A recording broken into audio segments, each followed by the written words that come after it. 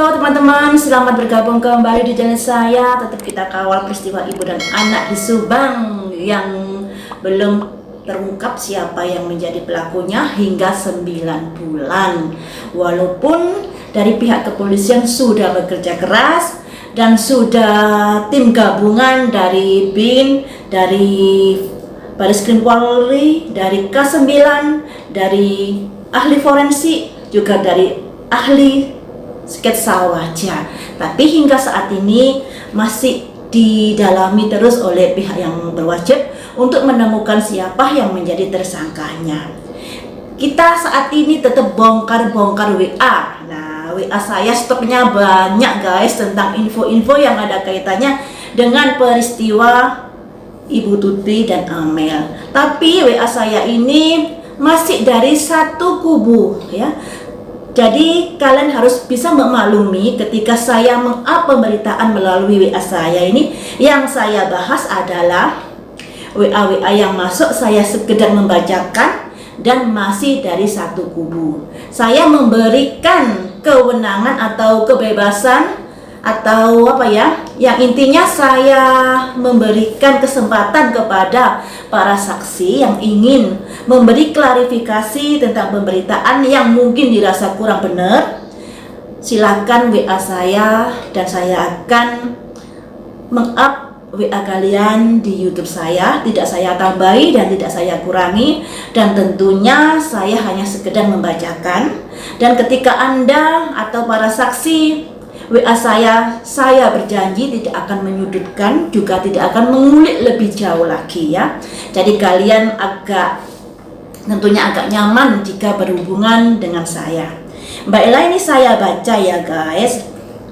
Sebenarnya WA-WA yang masuk ini ke saya di WA saya itu adalah dari seorang saksi. Nah, kenapa inisialnya tidak saya beritahukan kepada kalian? Tentunya banyak pertimbangan, dan pada akhirnya kemarin itu saya WA dan diberikan kewenangan untuk menyebutkan namanya. Lah di sini saya baca saja ya. Sebenarnya jauh-jauh hari ini saya sudah tahu siapa yang mem-WA saya, tapi karena banyak pertimbangan akhirnya ya saya samarkan namanya. Saya baca langsung. Kami korban sangat tertekan dengan ulah penjahat dan pembunuh anak dan istri tercinta. Saya tanya, waktu itu saya belum tahu siapa gerangan. Kok tiba-tiba WA saya seperti itu?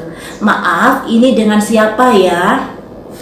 Kemudian jawab, saya papa dari anak kesayangan Amelia Mustika Ratu dan suami tercinta Mama Amel. Pak Yosep, tanya saya, betul Bu? Kemudian Pak Yosep mengirim fotonya. Makanya saya agak percaya.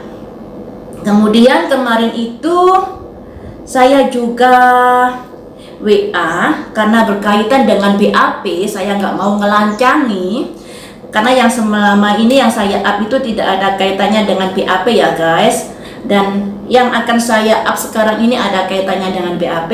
Makanya kemarin itu saya WA Pak Yosep lagi. WA saya seperti ini, Pak, apa boleh keterangan ini saya share di YouTube karena berkaitan dengan BAP? Jawabnya oke. Kemudian biar memperkuat penyidik dan penyelidikan begitu Bu, tambah satu lagi O. Nah, makanya di sini saya baca saja ya tentang WA dari Pak Yosep yang sudah masuk ke WA saya.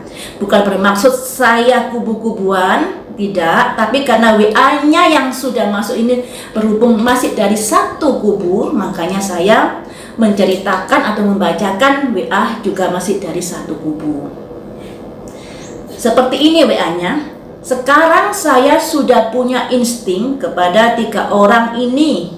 Sesuai pengalaman perjalanan ketiga anak yang dicurigai dari awal dan memang dimasukkan dalam BAP saya. 1, D, 2, W, dan 3, K.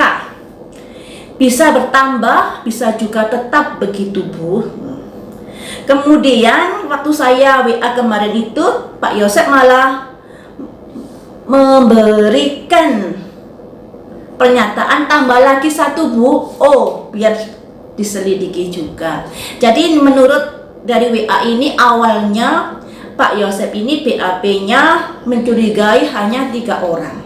Ini BAP awal ya. Jadi sebelum ada kasus Banpol, BAP-nya Pak Yosep ini sudah mencurigai 3 orang ini, yaitu D, W, dan K. Nah, ketika sudah ada kasus Banpol ada O di situ, makanya di sini minta ditambahkan O dalam penyelidikan. Begitu ya guys. Selanjutnya ini masalah Yoris ya. Ibu Yoris sudah mulai disudutkan oleh D kepada keluarganya. Ini yang dimaksud termasuk keluarga Ibu Tuti. Maka sekarang mulai benci dan berseteru. Ini ada kaitannya Yoris ketika pisah dengan pengacara Pak Taufan dan memilih ke pengacaranya Pak Yosep. Kemudian karena hal itulah menurut Pak Yosep ini curhat ke saya, Dem dan keluarganya mulai membenci Yoris. Nah, kemudian ada WA lagi seperti ini. Saya siap segalanya, dikomportir juga tidak takut dan siap untuk D dan W. Selanjutnya seperti ini, ada WA lagi. Makasih Bu, mending sama ibu saja. Kita sudah sangat senang, papa dan anak sangat damai. Tadinya saling mencurigai dan sekarang lebih terbuka dan sama-sama mencurigai D dan W. Banyak pernyataan-pernyataan yang janggal antara D dan W karena D dan W sangat banyak berbohong, banyak mengarang cerita dan pandai membuat opini dan menggiring opini. Terus ini ada lagi WA. Setelah saling curiga, saya curiga Yoris bersama D melakukannya. Begitu pula Yoris curiga mungkin papa melakukannya bersama D dan saling menghujat dalam kejadian ini. Alhamdulillah sekarang sudah bersatu, bersama saling terbuka. Kini sama-sama kena framing. Selamat malam, semoga kasus ini cepat selesai. Nanti akan melangkah bersama dan bersatu papa dan anak untuk itu. Kemudian ada WA lagi, tapi saya sudah sangat siap karena dari awal sampai akhir ini diserang terus. Makanya saya sudah siap menyerang, begitu Bu. Jadi inti dari WA ini, Pak Yosep ini siap untuk menyerang dikarenakan selama ini dari awal masalah dan selama ini Pak Yosep dan Ibu Mimin yang sangat-sangat disudutkan dalam pemberitaan dikarenakan Pak Yosep ini kan beristri 2. Kemudian dari keluarga Ibu Tuti juga dari awal sudah agak curiga kepada Pak Yosep, makanya pemberitaan ini begitu condong untuk mengkorek-korek Pak Yosep dari awal. Nah, karena itulah mungkin ada kegerahan dari Pak Yosep. Karena masalah ini kan sudah beberapa bulan, pada akhirnya kegerahan itu diluapkan, diungkapkan saat WA saya, dan dia siap untuk dikomportir untuk menyerang D dan W yang ada kaitannya dengan peristiwa ini. Sebenarnya ya, persidangan itu di pengadilan, persidangan bukan di media sosial. Tapi mungkin karena Pak Yosep sudah nggak tahan, makanya dia ingin menetralisir pemberitaan-pemberitaan yang selama ini menyudutkannya. Mungkin seperti itu ya guys.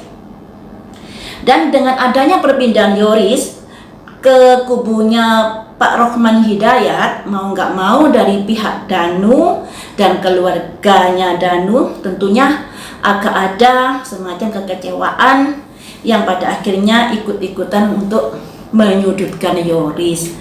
Dari pemberitaan Pak Yosep tadi seperti itu. Saya lanjut ya. Jadi D sudah lama nungguin TKP. Artinya D sedang melihat sesuatu di TKP Bu. Tapi nanti ada sesuatu yang saya ungkap yang sangat janggal yang dilakukan D waktu di TKP.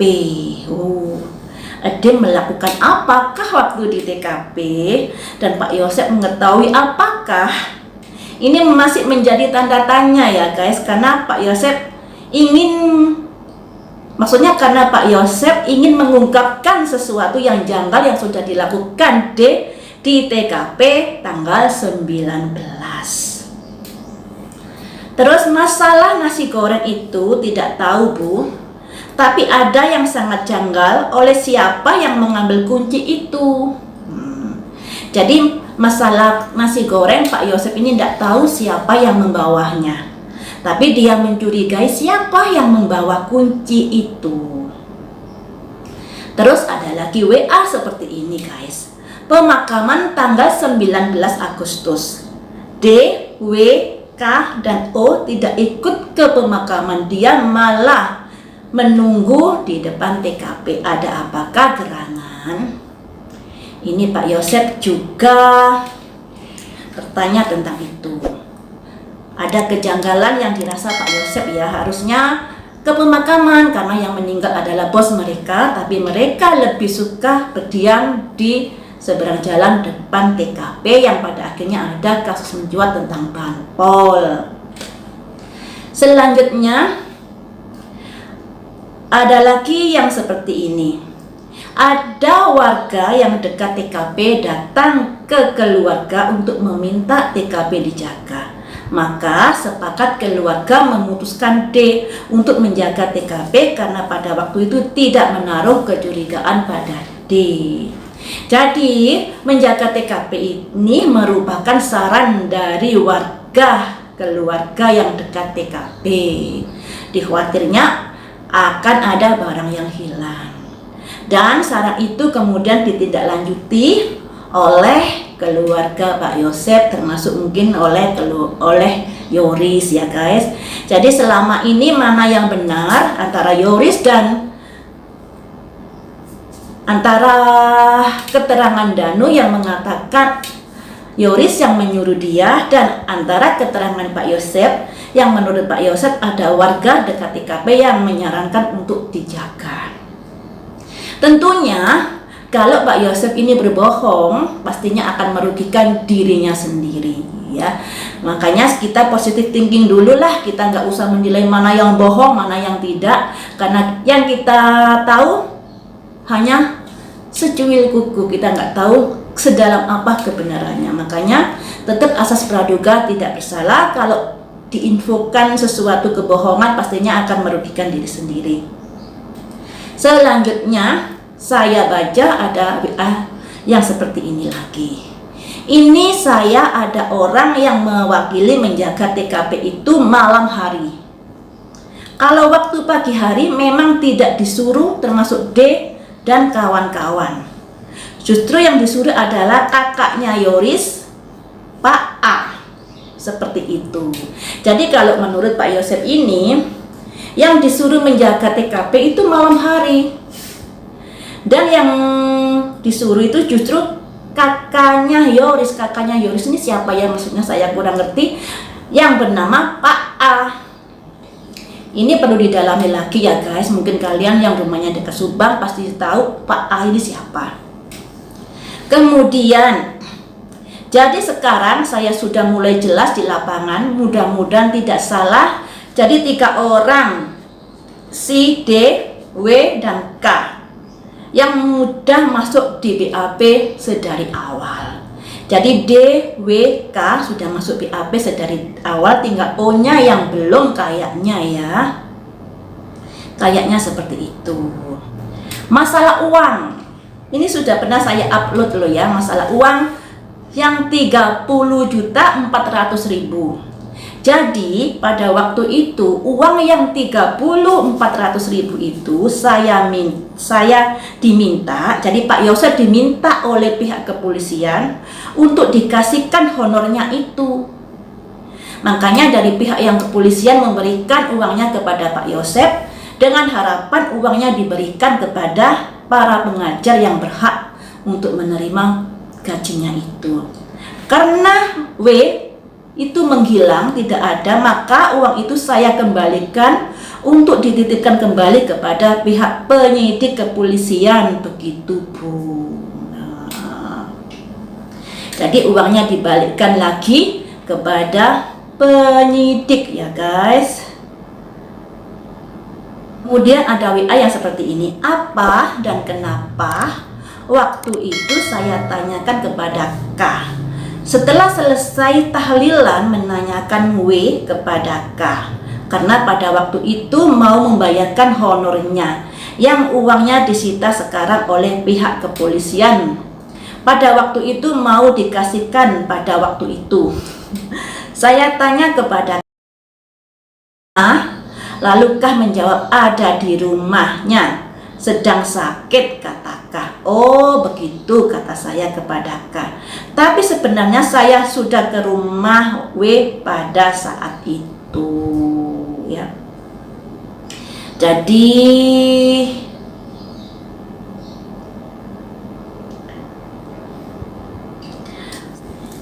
bisa dipercaya dan tidaknya WA ini tentunya saya tidak bisa memberi jaminan, karena pemberitaan resmilah yang akan dipercaya nanti dari pihak kepolisian.